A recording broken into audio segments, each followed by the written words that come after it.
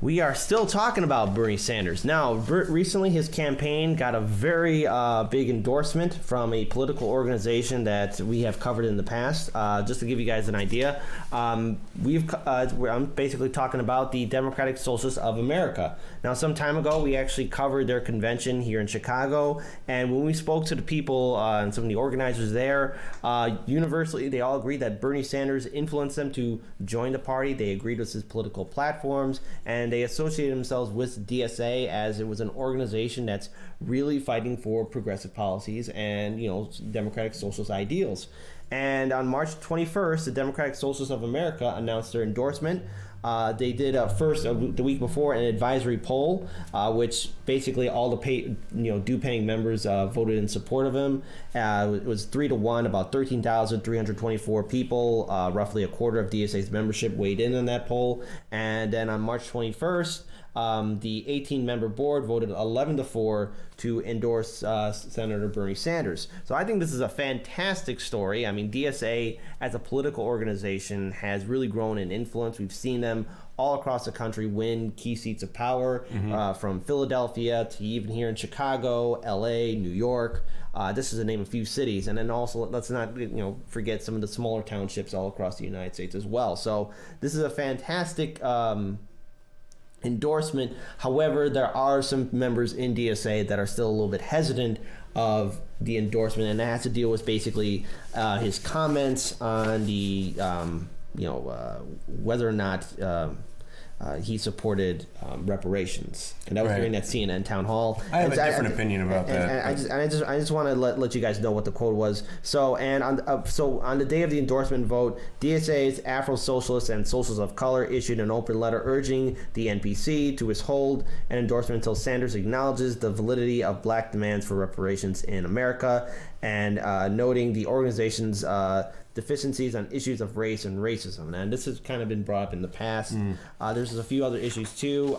People also wanted to know whether or not this will hinder DSA's ability to organize in other local events, and whether or not resources to help out local DSA chapters will be just funneled to help out Bernie Sanders' campaign. But the article does state from one of the leadership boards that the organization itself is endorsing Bernie Sanders, but that doesn't mean that every single subgroup has to automatically fall in line to help out Bernie Sanders. And they're indicating that there's going to be just their support, but not everyone has to be involved in it. So I mean, it seems a little bit more complicated, but I can understand why there is a little bit of criticism towards Bernie Sanders. But I don't think he's against reparations. I think he's really talking for Bernie Sanders.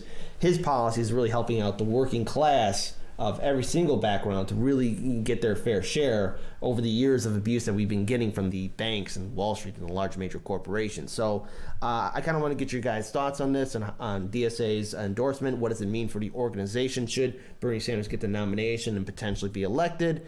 And what does it mean also for Bernie Sanders in regards to getting his message out to really get the full support, I guess, of the entire membership of DSA? So I have a couple of thoughts on this. First of all, specific policy points that people want to push Bernie Sanders on, be it reparations, be it positions on foreign policy, other types of things that are sort of core central issues to members of the DSA.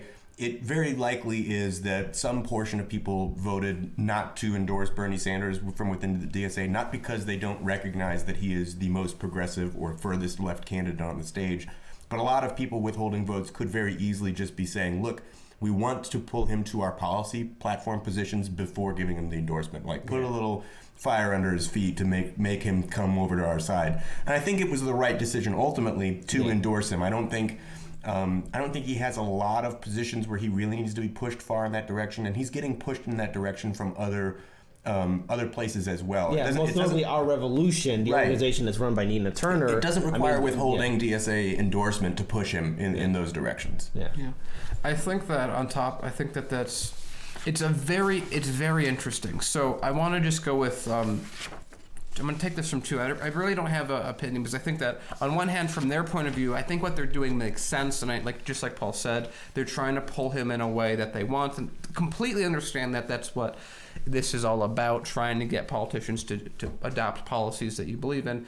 So I'm going to take it from this point of view, that the thing is that Bernie Sanders, the core points like Medicare for All, Green New Deal, all of those poll phenomenally. 70% or more of Americans like just about anything Bernie Sanders brings up. And then we were kind of joking about it last time we were on the show, that really we're centrist, and CNN, MSN, Fox are all extremists to the very wealthy, the very top, because their points of view only agree with or supported by 15% of the population. Mm-hmm. I think this comes into a very similar thing. Reparations, first of all, no one's really, I mean, there's been a bunch of other Democrats that are, interestingly enough, much further right than Bernie Sanders. They're like, oh no, well, Medicare for all, maybe we'll do it. Green New Deal, that seems a little aspirational. You're almost defining Beto O'Rourke. Yeah, but then for some reason they'll go reparations. Oh yeah, that sounds fantastic. We should. I'm not going to give you any specifics though. I'm not going to give you. It's good. Yeah. It's a good thing that I like. Now, interesting, reparations are for the concept, even though they're really, like Paul said, no one's put down an idea of what actually it means. Actually, the only person who has is Bernie Sanders, ironically enough, is like a 30% approval rating. So it's very unpopular as a position. Not saying that it should be or shouldn't be. I'm just saying that's where it is right now. And so that's one thing. Let's take that and just kind of move that off screen for a second. Second, like Paul said, all the people that are in support of, like your Castros, whoever, who say, yeah, I think reparations are good. It's just very interesting because it feels like all they're doing is triangulating around Bernie Sanders. They're thinking, oh, Bernie Sanders isn't outright and saying reparations the word. I'm going to do reparations the word. So now Castro and a bunch of other people are all of a sudden, when they've never talked about it before, are suddenly in enormous favor of reparations. What do you know? So... But they don't describe, just like Paul said, they don't. The only person who's described reparations is Sanders. Yeah. And his way of describing it is a rising tide lifts all boats. And I'm going to, and so maybe you could say, if you can say how much I cut out a check to someone. Let's say that all people that can directly tie themselves to their heredity, to slavery, get, I'm just throwing out a number I'm making up, $100,000, and that number comes from people who are the descendants of slave owners. Just to have something on the table. So you can say, well, that's there, but what have we shown happens to African American communities when that type of everyone just comes in like a vulture, and oh well, the banks are like, oh well, now I need this fee that you're paying, this fee, so they're nickel and dime out of a check. That because would the establishment, the one thing the establishment hates doing is giving money to poor people, and then they giveth, and then they taketh back, assuming that they did it, which is not a guarantee at all. Whereas Sanders is saying, if we do it in this sort of a fashion, so that everyone gets Medicare for all, which is health care. Everyone gets good schooling. Everyone gets all the things that he's pushing.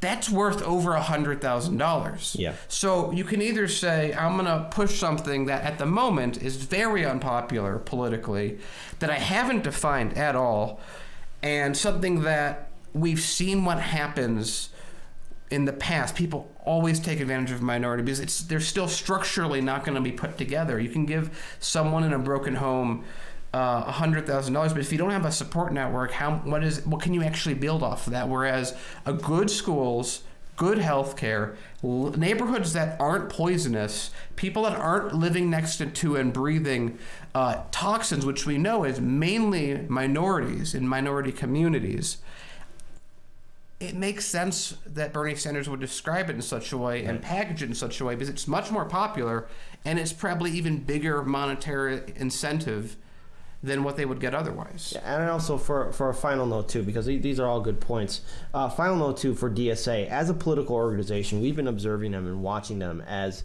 how they're making an impact in local and state and federal politics and policies. And I think this is a smart move for DSA to do, because just imagine, in theory, if one, we got to make sure we're all involved during this election cycle, but in theory, if Bernie Sanders gets the nomination, becomes the potential president of the United States, the DSA, as a political organization, similar to our revolution, will be close to someone who will be implementing progressive policies, and they will actually have a voice and seat at the table for Bernie Sanders' campaign, or not campaign, the Bernie Sanders administration, potential Bernie Sanders administration. I think it's a fantastic idea, because then DSA as an organization can also control the narrative and take it away from the establishment media by saying, here's a political organization that's called the Democratic Socialists of America, that's fighting for progressive policies, and the American people want them. They want them passed. They want to talk about climate change, a rise in wages, affordable homes, affordable health care, and numerous other issues. I think that's a smart move, and maybe they should have waited, but if they waited, it could have cost them. So they made a smart move, and I think now it's up for the organization to really set up a good infrastructure to help them out during this 2020 primary.